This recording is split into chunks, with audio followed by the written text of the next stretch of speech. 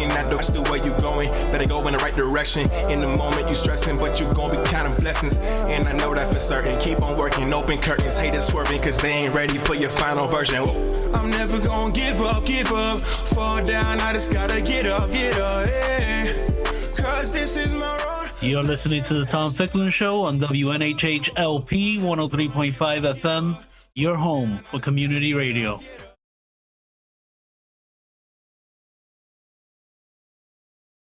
Good morning, everyone. This is Dr. Jesse Turner, and I have some great guests today, and we're here to talk about the science of reading, and really this idea, can there be a science of reading? Nancy Bailey will be on our show today, and we ask ourselves, she asks, is there a science of history? Is there a science of math? Is there a science of everything? Is there a science of science? So for me, some of this has to do with equity.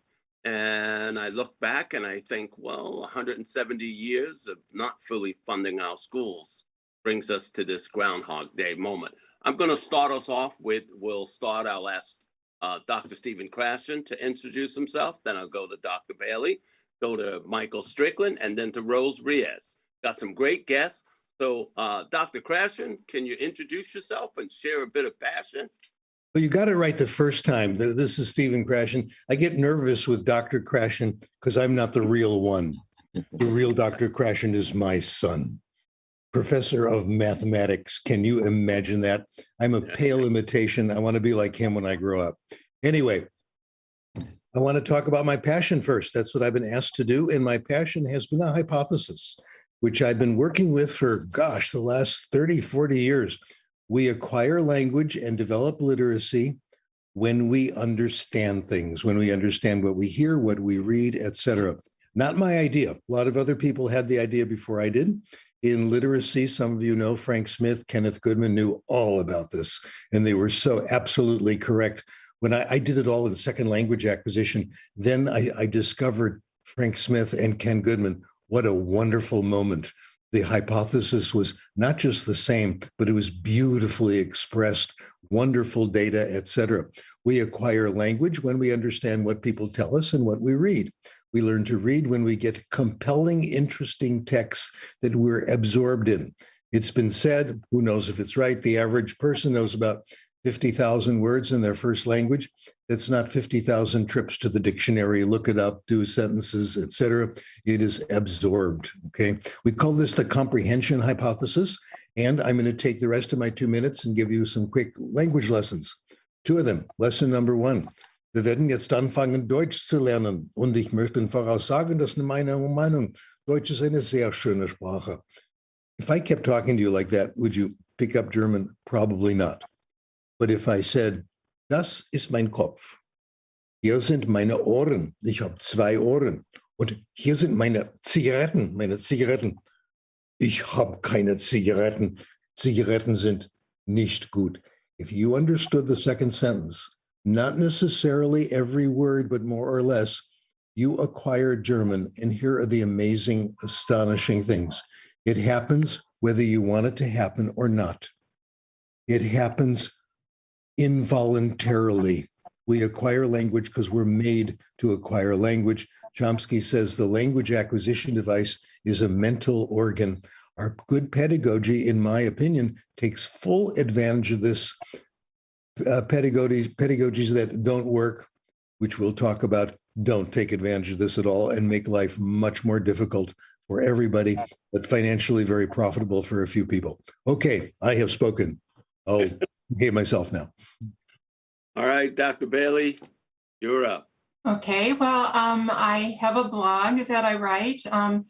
I care deeply about public education. I believe it's incredibly important to our democracy. I'm terribly worried that we're losing our public schools. I'm very defensive and support our teachers that work so very hard to learn how to do good teaching through their university training.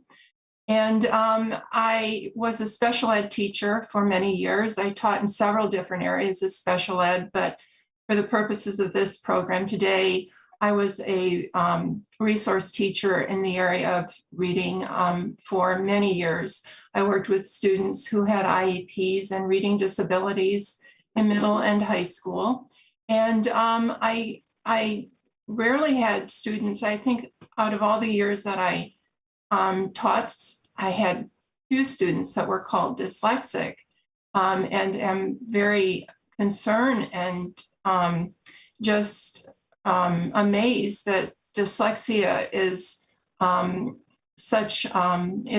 is used so commonly now. It seems like so many children are called dyslexic, and so that's a real concern that I have right now within reading.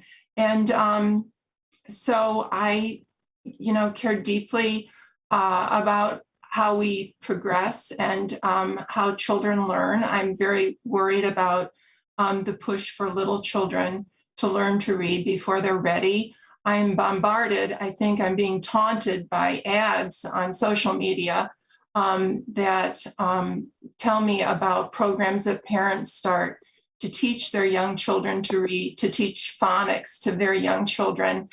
And I just worry very much that we're going to have a generation of children that just don't like to read at all. So that's pretty much where I'm at right now. And reading, I have a varied interest in public schools and the corporatization of our schools, but reading is one of my real loves because of my background and where we're at today. And Perfect.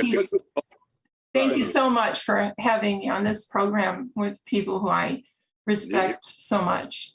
You're welcome. And we're going to talk about the science of reading and all these other reforms. But right now, I'm going to take us to a dear friend, Michael Ficklin, whose mother was Dorothy Ficklin, whose research and work on balanced literacy is taking a major hit from the science of reading community. And I was a person who followed Dorothy for years, and she inspired and informed my thinking. So Michael, but Michael's a voice in his own in terms of motivation and poetry and literature and diverse books and the Young People's Pavilions. Michael, can you introduce yourself and tell us about your passion? Hi there. My passion is children's literature. I love reading and I love books. My mom, who's mentioned Dorothy Ficklin, the late Dorothy Ficklin, God rest her, taught me on her lap. It wasn't a standardized test. There were no metrics. You didn't have to report any data, but I did in fact learn to read. I was taught that books are cuddly, books are warm, books are your friends, books are cool. So my passion is children's literature, and on youngpeoplespavilion.com, that's what I talk about. I talk about books. Interestingly, there could be a science of reading, sure, but what I see happening in English language arts instruction, a lot of my background is in secondary. What I see going on is fundamentally unscientific, right? What does a researcher do? What does a true scientist do? Does he say, okay, I'm going to create an experiment in order to make sure that I have the right numbers to justify a charter school's existence? I'm going to do an experiment in order to continue selling a corporate product, such as a standardized test. No, what a scientist does is look at data, transform it into information, and then he looks at variables and variations. He looks at margins of error, or she, of course. And then that scientist also knows that what works in one setting or control group may not work in another. What might work in a high-end school may not work in Baltimore, Maryland, in the inner city, in a low-income neighborhood. So therefore, a scientist would be flexible and constantly and recursively re-evaluating, not tied to anything like a corporate product or justifying a school's existence before a state legislature, which is trying to cut funding or move away from traditional schools to for-profit entities, right? That's not scientific. That's basically sales and marketing. So that's where I'm at. I love books. A perfect piece, a perfect piece. And to keep us honest today, I brought in a badass teacher, a bilingual teacher of 20 years from Willimantic, and good friend, Rose Reyes. Rose, can you introduce yourself and give us a little bit about your passion? And I know you're going to stand up for bilingual ed today. Well, Professor Turner, you've done enough. I've been in the system 20 years. I've just hit 20. I'm going to become a Spanish reading interventionist. I'm here especially to give the case study example of this hardship that we're encountering, because the right to read is the name of the legislation, and right to read is analogous to the right to work concept, right?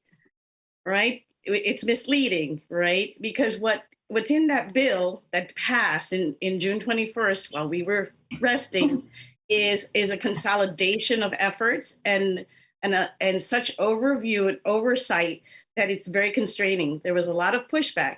So the National Council of Teachers of English had that phrase, the right to read. But their intent was different. It was about the choice in the democratic society, right? Their position statement was in an alliance with their policy to include people of color. So their position on the concept of the right to read is about, anti-censorship, intellectual freedom, and reading with choice. And we're being misled by this title of this. And it's happening in Rhode Island, Illinois. I'm sure there's about 5 more states that have already adjusted that, because now they've created a center for literacy that all districts will have to go through and have to be picking out 5 programs. And you need to have a waiver to be able to teach outside of those resources. This is maddening, especially with teachers who understand language acquisition, teachers who teach children of different cultures and different socioeconomic backgrounds. Instead of giving us field trip money, they're giving us more money for more tutoring and more constraints of time. So you know where I stand with this. Your turn.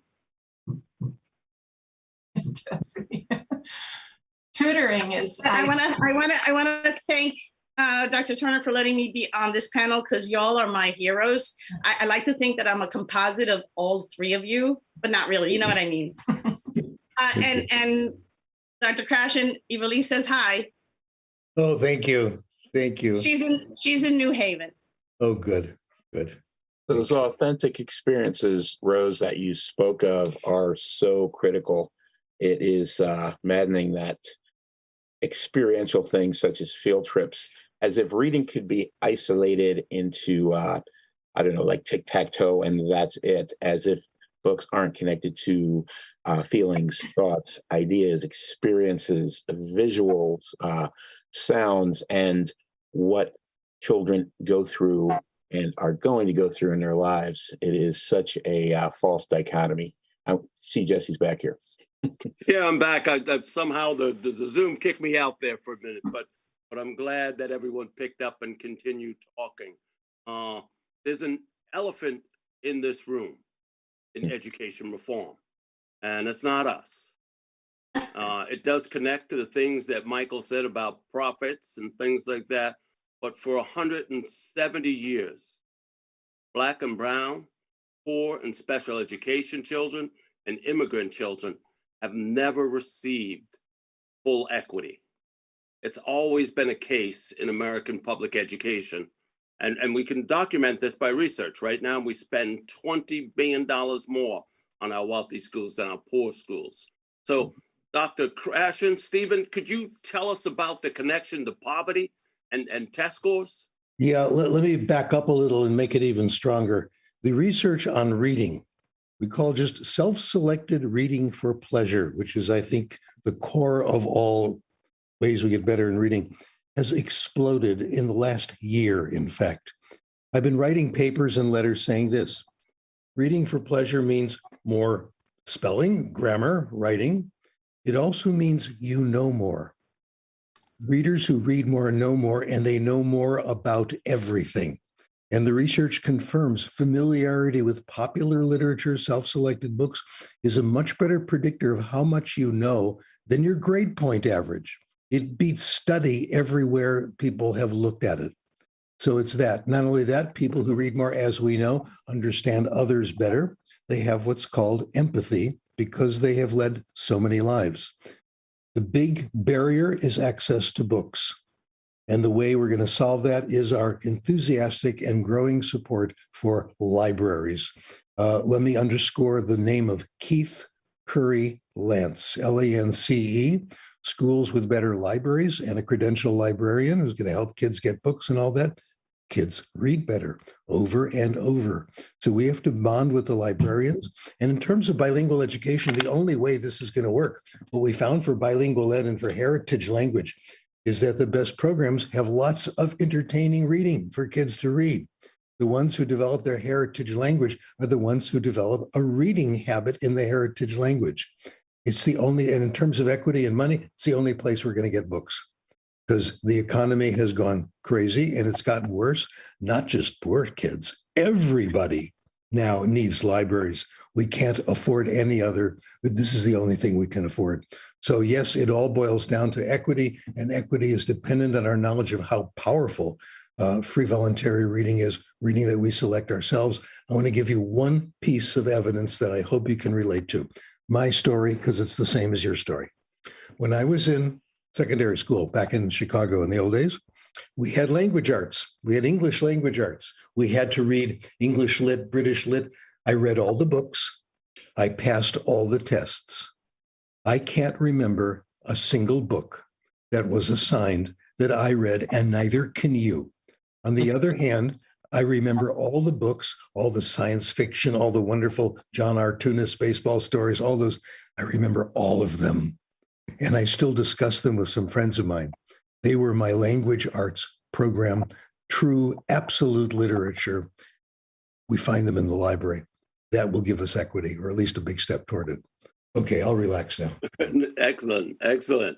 So when we're looking at this stuff, we can produce readers. I think it's called illiteracy. Readers who can read but choose not to read. And that might be what we're in danger of. Rose, could you tell us a little bit about what bilingual students are facing in Willimantic, and will the science of reading save them?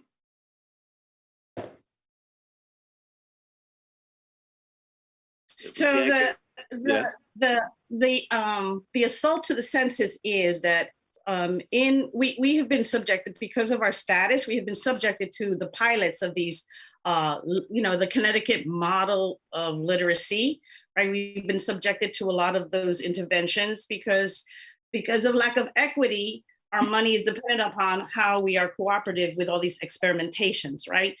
So I'm in a conversation with one of the facilitators, and I go, you could create parrots.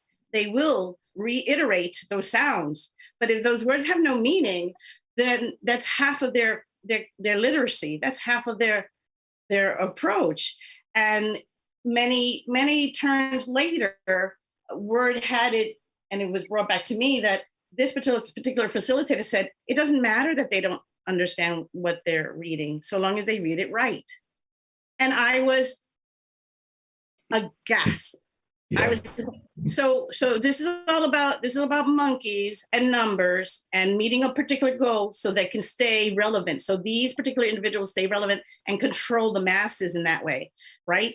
And I'm looking at this council right here, the makeup of the Connecticut Council. There's not one piece of consideration for language learners, emergent bilinguals, nothing in here, nothing. It's as if we are going to fall under the special ed category. I can put the link to this timeline of key steps required by the right to read legislation. This is critical for us to understand, because this is where they have the gotcha moments, So now I'm limited to 5 resources. I need my district to ask for a waiver. if I want to pick a sixth resource, then I have to be using the assessments that they have agreed upon, and I feel the constraints. And so they're not looking for critical thinkers. They're looking for producers, right? Perfect. Okay.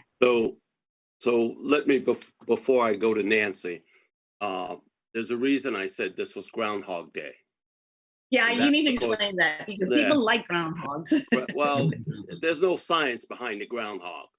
But if you think about the Reading First schools, where McGraw-Hill made billions of dollars, Reading First schools spent $6 billion, picked 5 scientifically based reading programs intensely based on phonics, phonemic awareness, fluency, and they had 6 years of this, and they had to diligently follow the curriculum and be scientifically based. And what did we discover? Well, by 2008, we found out 6 years later, $6 billion later, that those children in those schools lost comprehension. That's what we found out. And that's why there are no Reading First schools. So I said this is Groundhog Day for the simple reason, are we not doing this all over again? Is that not that? So Nancy, could you give us a little take on your view of scientifically, the science of reading? Well, I think the science of, when we speak of the science of reading today, what most people are referring to is phonics. And phonics is easily put on a computer for online programs. It's, somewhat similar to the worksheets that teachers try to avoid teaching. It's just kind of mundane work that children do.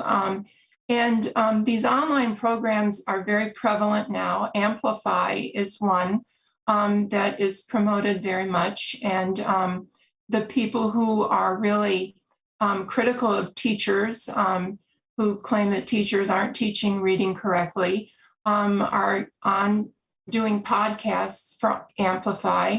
Amplify was the Rupert Murdoch program that was started that, wasn't considered very good. It was purchased by Lauren Powell Jobs, who, I'm not sure if they changed it any, but the teachers in Tucson decided that it wasn't really developmentally appropriate, and yet it still is promoted like crazy. And Common Core is still a part of that.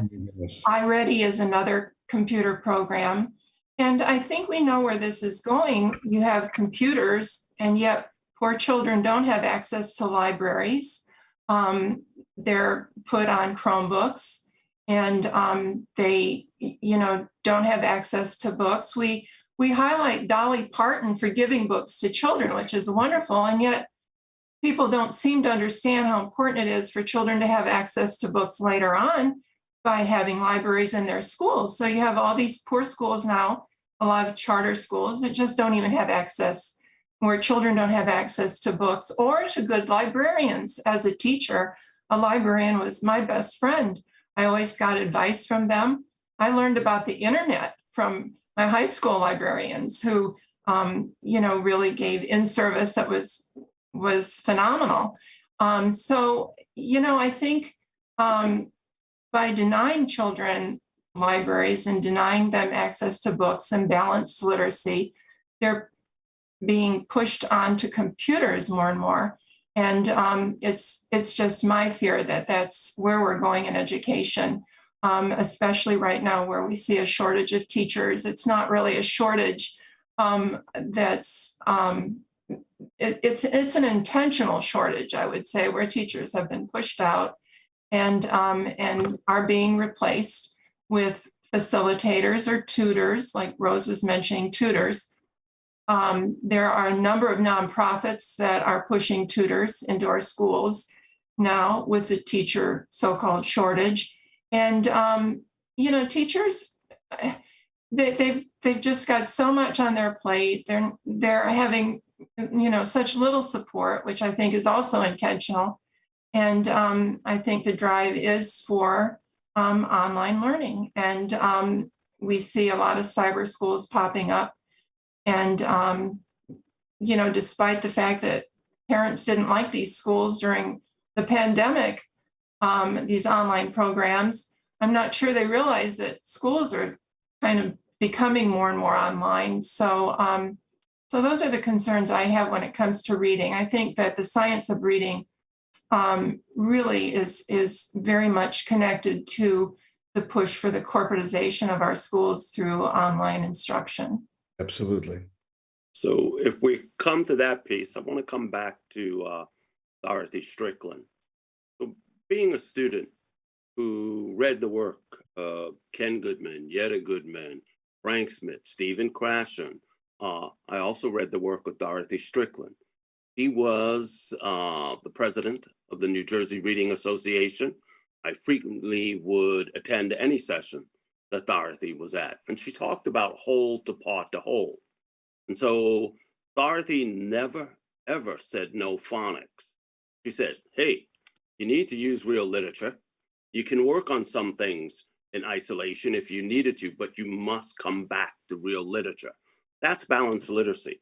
Balanced literacy does not mean no phonics. And I what hurts me the most, because Dorothy Strickland, Michael, your mother, is one of my heroes. And I'm hearing people really miscategorize the work of your mother. Michael, can you tell us about, what would your mother say today, if you can think about that? Yeah. I love her. Pretty straightforward. After my brothers and I went to Cornell and went on to grad school, I remember just going back to her and saying, okay, Mom, so what did you do? Why did we make it? And she said, it wasn't a scientific, science of reading approach. She said, I spent a lot of time taking you to museums. I spent a lot of time reading with you. We spent a lot of time on activities. We integrated everything together. So when it came time for us to go to elementary school, high school, college, so much of it was seamless. She used to talk a lot about families, schools, communities, interacting, essentially a triangle, something that's missing now. I see a comment here. I'm not afraid of the computer use from Rose. Exactly. I'm not afraid of it either. Just like my mom was never against phonics. In fact, she wrote a book and a second edition teaching phonics today.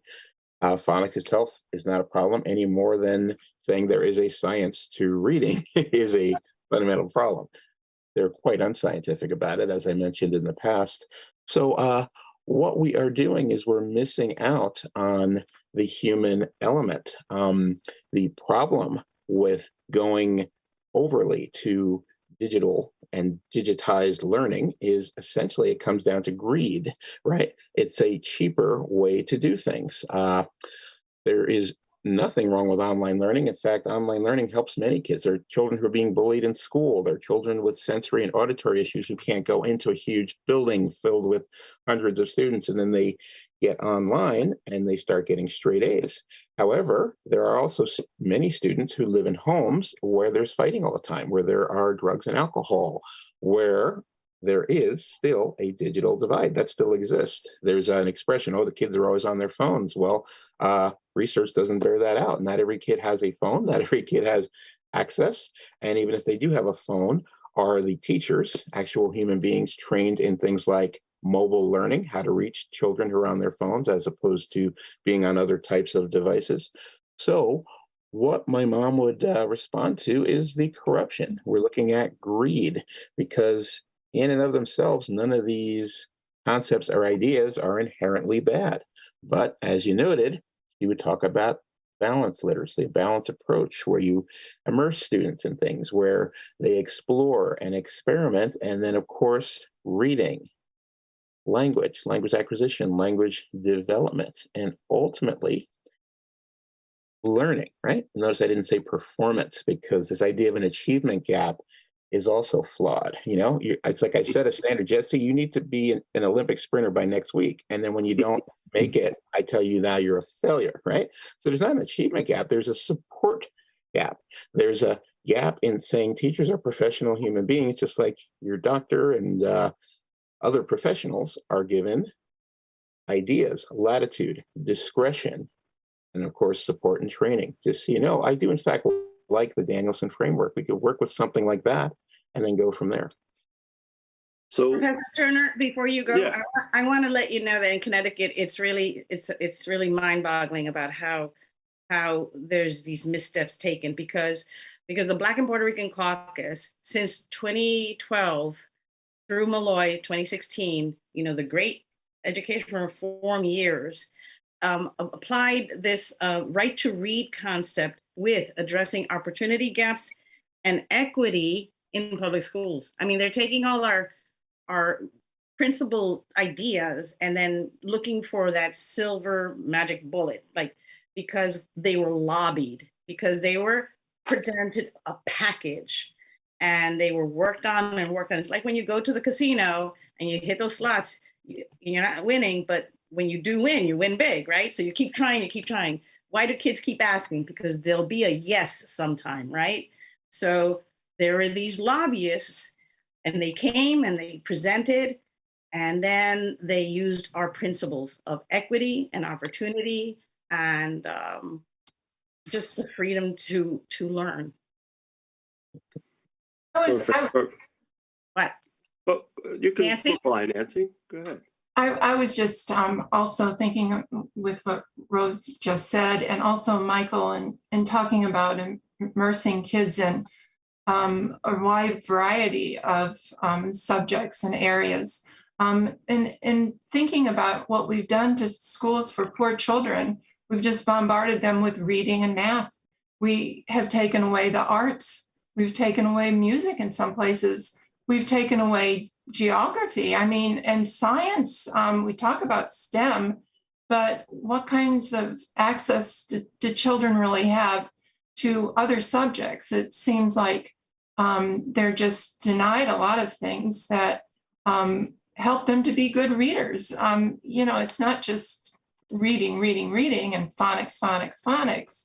So, I just was struck by that, what you both were talking about, and the equity issue. When I hear the Bill and Melinda Gates Foundation talking about equity, it's hard for me to wrap my mind around that.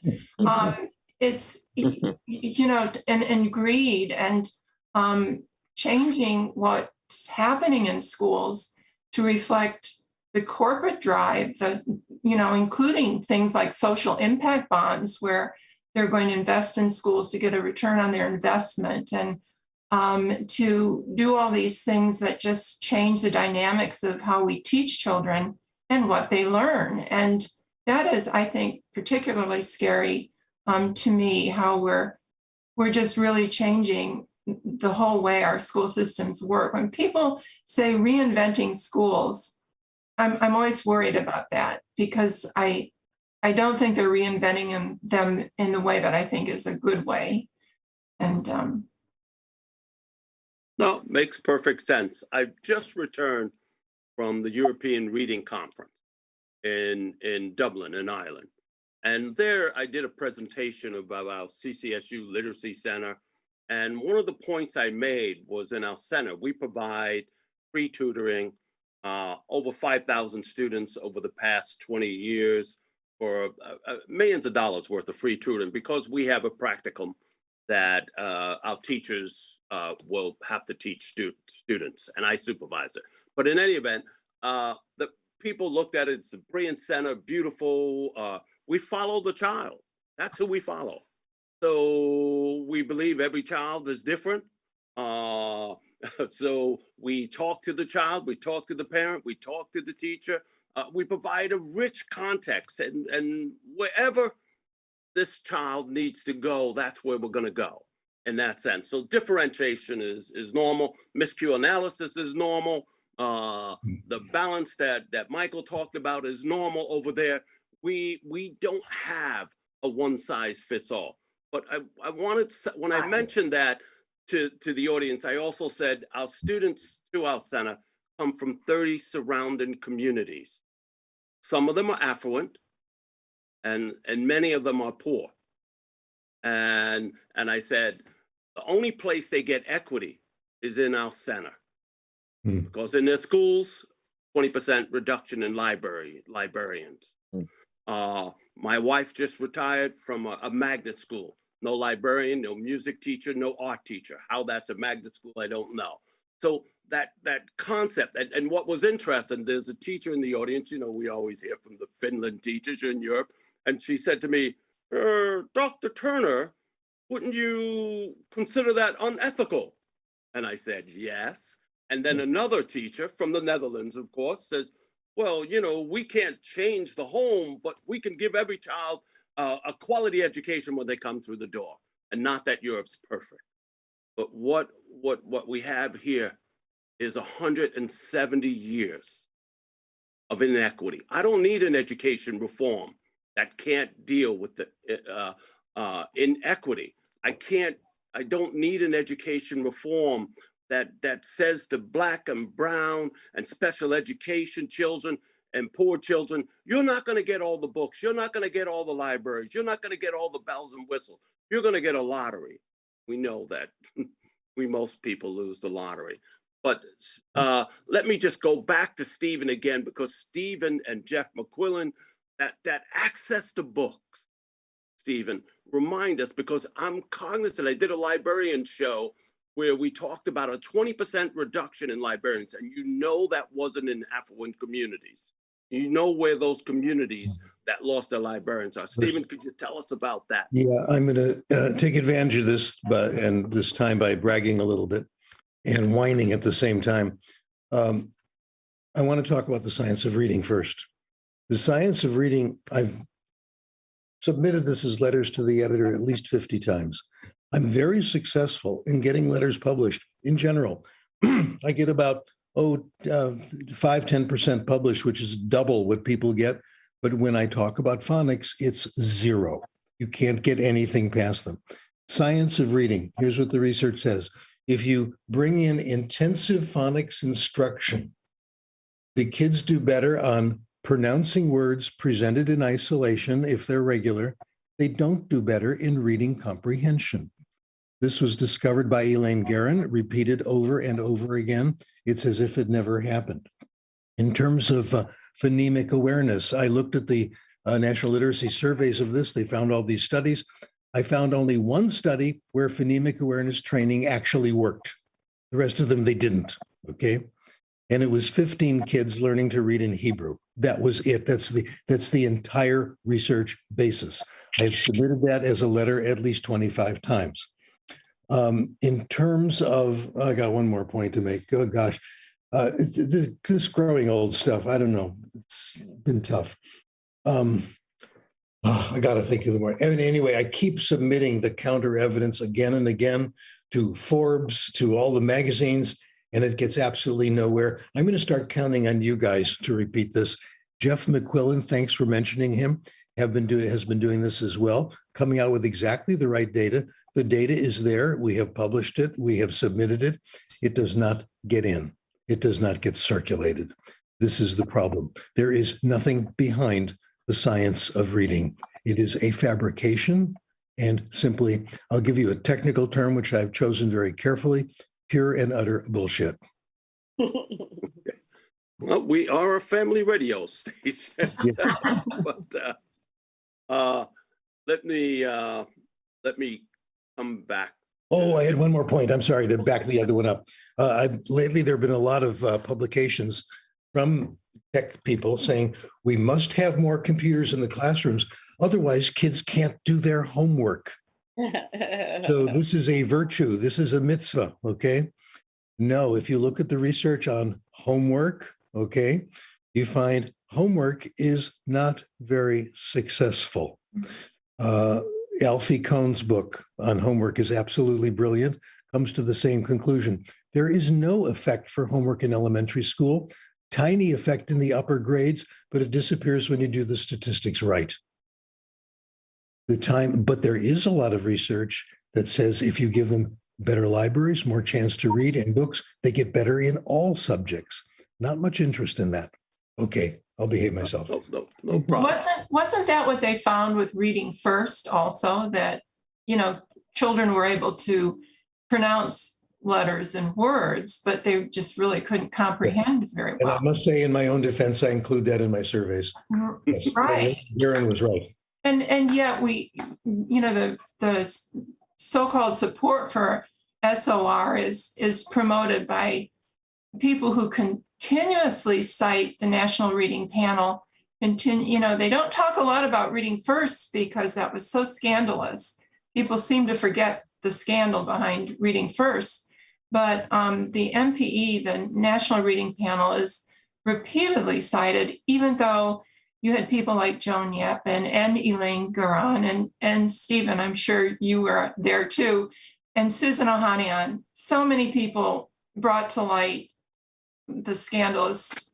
Got to say something about the National Reading Panel. When I said that your survey found only one study that showed phonemic awareness worked, their response, and this is in the Reading Research Quarterly, well, that may be true, but maybe if there were more studies, the results might be different. That was their response. Pathetic. So perhaps it's not really the research that matters, but how much money you can make off our children. 53 million children in our public schools. 53 million programs, 53 million pencils, 53 million everything there is. So It's a Professor massive Turner, amount. for the Right to Read Act, they're going to allocate $12.8 million. Not even it's a joke. Rose, So in terms of we spent. I'm sorry, Nancy. who is Yeah. behind the Right to Read Act? Who is behind? Okay, UConn, NEAG, Michael Coyne, the Literacy Center. Who else? Literacy. Who are these people? Are there corporate people behind it or partnering with it? No, these are academics so far, but Okay. they will have a relationship with some particular publishing house, right?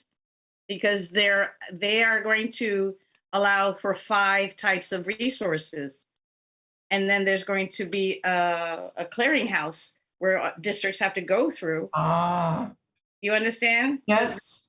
I just sent you the timeline of the creation of the council and how all districts will have to go through that council and get evaluated, and the list of acceptable assessments. You see, it's getting factorized, right? So And standardized and then aligned. Everything's aligned. And there's nothing in their language that accounts for emergent bilinguals, multicultural experiences, language acquisitions, background knowledge. Yeah, it's frightening.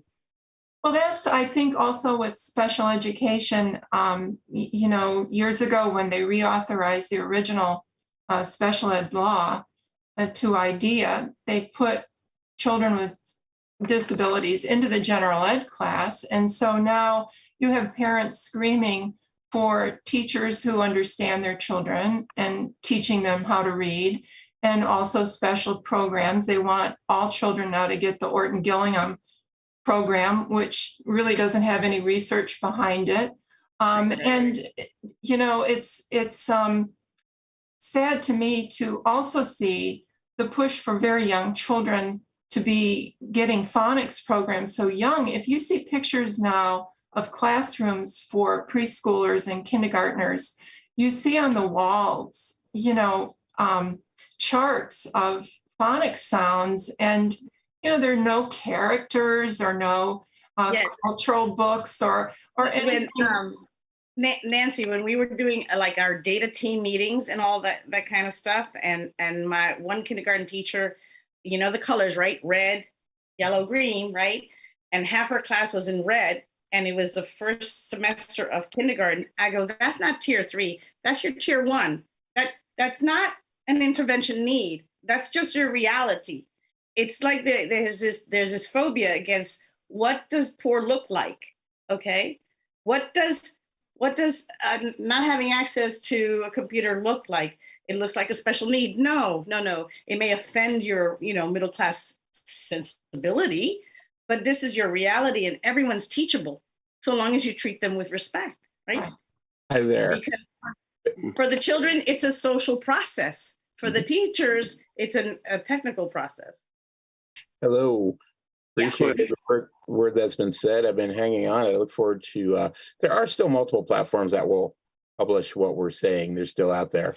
A lot of the big corporate click farm type places don't necessarily want to hear this, but I look forward to doing some writing about this, and just wanted to kind of put an umbrella on it. It's a sad one, a tragic one, but I've been looking at various statistics, because what we're talking about is, systemic racism, systemic classism, and fundamental inequality. And one of the stats that's been popping up for a while, for example, the gap between the rich and the poor is worse now than prior to 1964.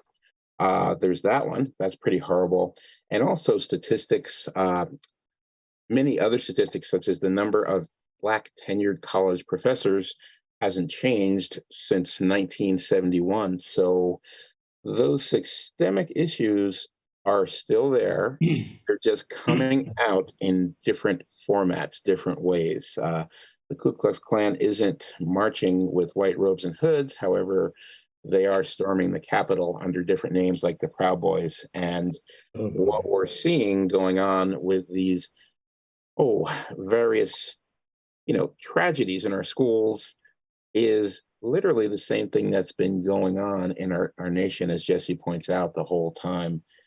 It's unfortunate, but I do know that we have a voice, and this discussion needs to continue. And I'm going to be part of putting it into formats, because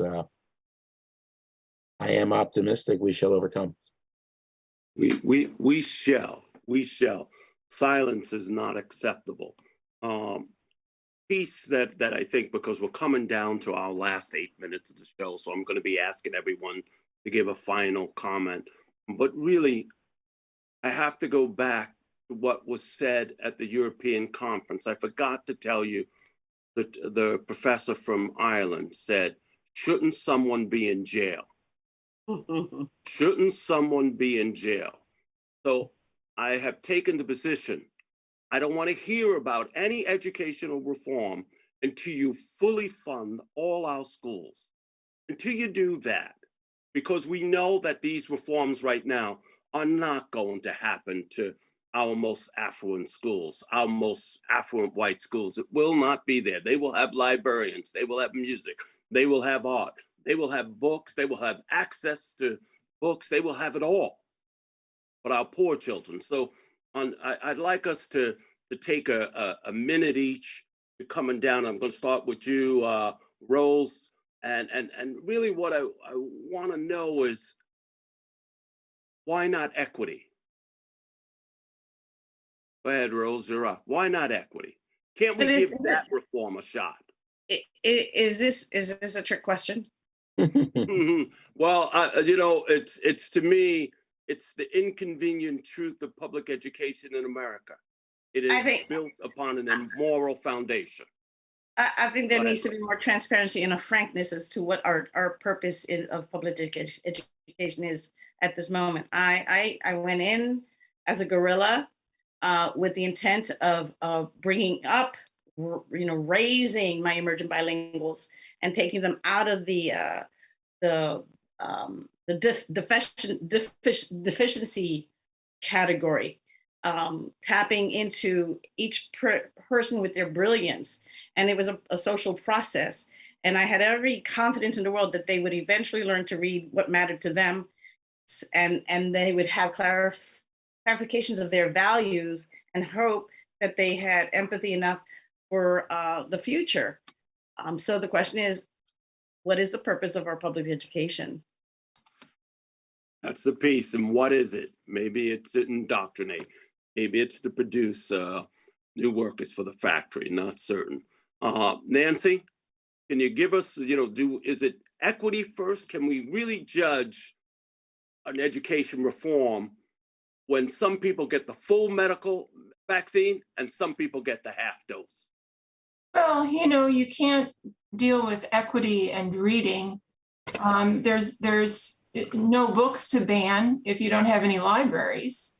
So you have to, I think, look at everything that comes out and question how it's affecting children in the classroom and in their public schools. You have to question how many teachers of color we have in our schools, and are they being supported? And do we have teachers that are qualified to be teaching? It's just there's so many issues right now. And I think they all come down to equity because, as you said, Jesse, we have poor schools and we have wealthy schools, and the wealthy schools don't have these problems. I fear a day when our wealthy schools will be schools that people pay for, that will be private schools, and then our poor children will go to crummy charter schools where they have just online. And I work with computers. I know computers have an awful lot to add to education for children, so I'm not anti-tech by any means, but it's a supplemental tool. It's not the teacher, and we need really good teachers in our schools. We need great university programs that aren't affected by corporations who tell us what we should do and how equity should be done in our schools. We're the people, we know what that should look like, and we need to fight for it, I guess. When the other comment I had from the lady from Finland in Ireland, when I said, we have a school to prison pipeline, she said, no, you have a policy to prison pipeline. Yeah. Stephen, can you tell us, can we fix any of these things without equity? No, we can't. And one of the best books on this is Hunger Games. The idea behind Hunger Games is that you have a competition, you win, your school is great, everyone else doesn't get anything. Right. Nonsense. All schools should be funded fully. There shouldn't be any competition, winners, losers, etc. Time to insert a little personal philosophy, radical idea. Everybody's different. We have different talents, different abilities, different things, etc. School should be a place where you help discover what your talents are, and people help you develop them. Yeah. That's my thing on equity. That suddenly happened to me in graduate school, where it all came together, where other teachers, other students, everybody was pulling for everybody to develop their own personal interests. That's what we need to do. Yeah. And Michael, I wanted to talk to you a little bit about the Children's Pavilion. I've looked at your website, I've followed your work over the years, and you truly present a rich, diverse literature selection. Culturally relevant books are always in your line. Can you tell us about the importance of culturally relevant literature and pedagogy? Absolutely. My mom always used to talk about the fact that when children see themselves in books, they feel more connected. When they feel more connected, they're more motivated to read, to learn, to study, and school, as well as other learning environments, feel like places that are meaningful. It's back to that idea of a balance, things being more seamless. I love everything here that's being said today. Of course, computers aren't bad. In fact, many, many years ago, before it was cool, my mom had written a book called Use of Computer in the Teaching of Reading. So the technology itself is handy, a tool. What we have now is this corporatization kind of taking over in order to push an agenda, which is basically greed. And culturally relevant books are just at the core of what should be going on. Shakespeare is great, but really all the classics are doing is taking universal themes and putting them into words. Those universal themes can be found across all literature. And when students start to see the same themes in that culturally relevant material, it's easier for them to understand Shakespeare. It's easier for them to understand Catch-22 or Catcher in the Rye or The Big Sweat and other books that have been part of our American culture. As I think about that topic, it might seem like a small thing, but that's what's been coming to mind. We've covered the global issues very well, but don't forget the small victories. Most of these big movements, including the bad ones, were in fact built incrementally. So we need to do the same thing, keep going. I've seen a lot of small victories in getting things like culturally relevant books into different classrooms. I feel like a stealth warrior today because they're going to call it critical race theory when all it is just people talking about their lives, but okay.